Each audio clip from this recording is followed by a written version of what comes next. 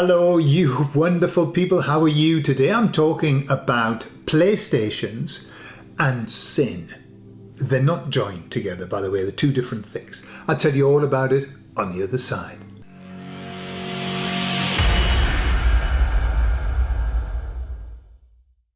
So my son, Sebastian, is 12, and he suddenly has taken a liking to a game called Fortnite on PlayStation. He plays with his cousin, and he always plays in the living room on the big television.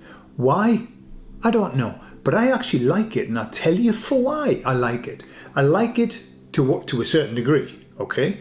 I can hear him, I can hear what's going on in the game, and I know that there's a certain amount of control there. You know, when they lock themselves away, I remember my eldest son, when he was 13, he locked himself in his bedroom and he came out when he was 19. That period of time, God only knows what's going on. So I quite like the fact that he plays there. However, the downside to that is that he plays until 10 p.m. and my day's finished about 9. And so I sit there. I don't want to watch Fortnite because I would rather have my skin peeled off and then have a bath in vinegar than to watch Fortnite. However, what I do is I sit on the couch and I have my phone and I look at the Telegram and I'll chat to people and stuff like that. And then when there's nothing left to do, I will. Well, it really rarely happens, but the other night I started to scroll through shorts. Now, I don't like it. I feel that, 15 minutes, 20 minutes scrolling through shorts it is 20 minutes of my life that I've just thrown down the toilet. That's what I feel. Every now and again, there's something of interest. But generally, at the end of scrolling through 20 minutes of shorts, you think, do I feel like a better person? Not really. Do I feel that I've really learned something? Not really. However, the other night I did. And I'll tell you what happened. So I was scrolling, the YouTube just give you these shorts and you think, well, half of them, 50% of them have semi-naked women on it. How does that happen? Why? I don't look at semi-naked women on YouTube. I look at, David Wilcock. He's not a semi-naked woman, and nor does he purport to be. I don't just look at David Wilcock. I just happen to be looking at him today. I'm not sure whether I'm 100% on board. He's a little bit egocentric, I would say, or something. Anyway, let's get back. So I'm just picked on a random short and started scrolling, and it was Jesus, God, the Bible, Jesus, God, and it just went on and on and on. All these people talking about God, Jesus, the Bible, sin, and being saved from sin by the grace of God. And I've never seen that before. It was really unusual, and I thought, wow, And it isn't that I look for God stuff on YouTube. Normally it'll give you your algorithm. I don't look for God stuff on YouTube. But there they came, all of these Jesus shorts. So while I was out running, I talked to the Jesus Energy. And what I wanted to do was to get their take on sin. Because a lot of people, all religions tell you that we are sinners. We are born sinful, we die sinful, and the only salvation is through the grace of God. And this is what was coming up on the feeds all the time. Only salvation through the grace of God. We're sinners, we're sinners. And I've never liked that.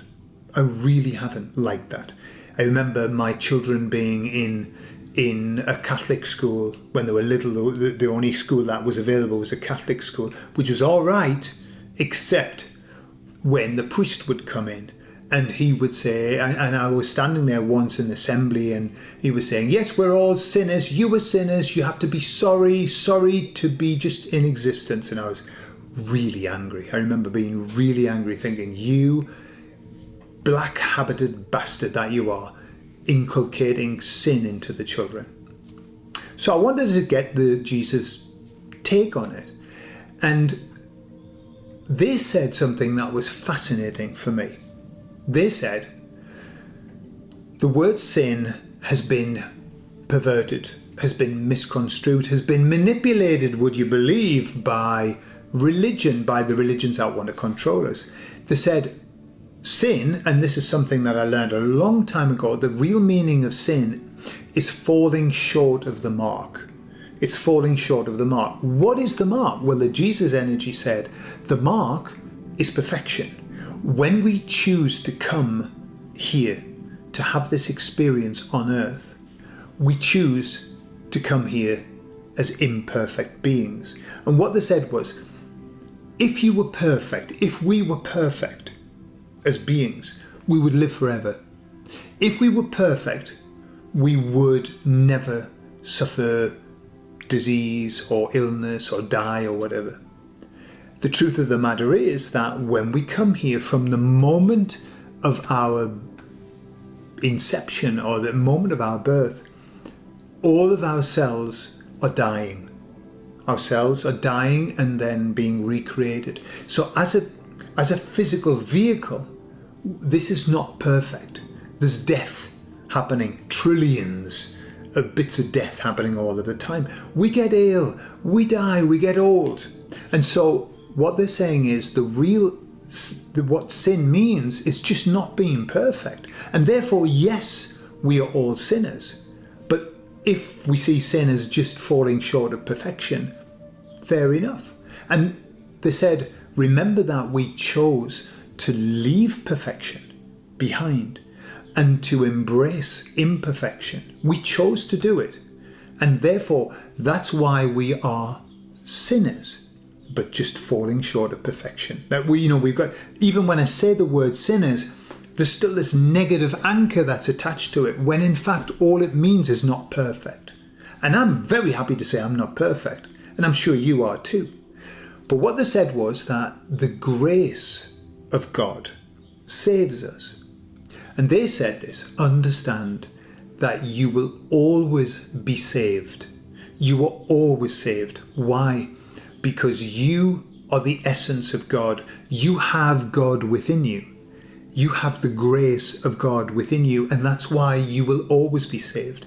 And so it's true that we are sinners, we're born sinners, and the only salvation is through the grace of God. True.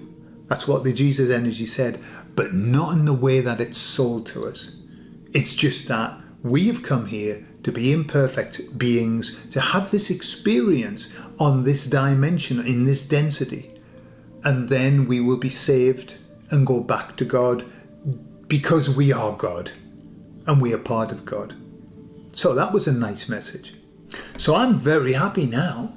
I'm very happy now to be classed as a sinner. I am a sinner because I'm not perfect, and there's no chance of me being perfect whilst I'm in this body, I don't think. Unless some kind of miracle happens, unless, a solar flash comes and goes, pop, there you are, Gordon, perfection. I go, hey, cracking, smashing. I'm having some of that.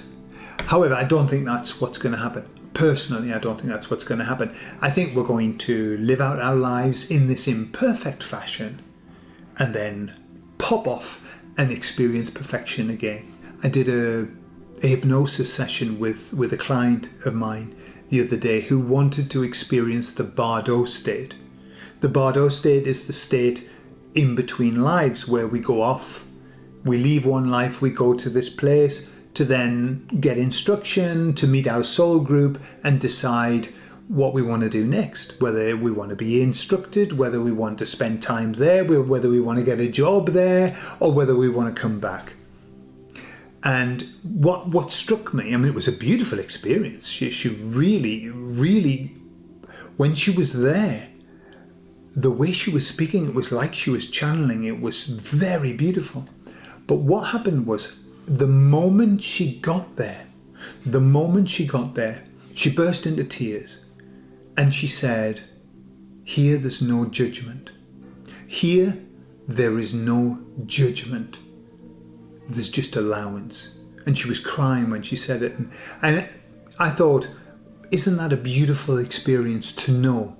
Because here, judgment, imperfection, this is what this experience is all about. And I heard somebody else talking about the beings, on the other side, and how, although they're interacting with us, they've got no friggin' idea about what it's like to be here. They can't perceive it because they're in a place of non-judgment, and here it's like we're wading through 3 feet of dog shit.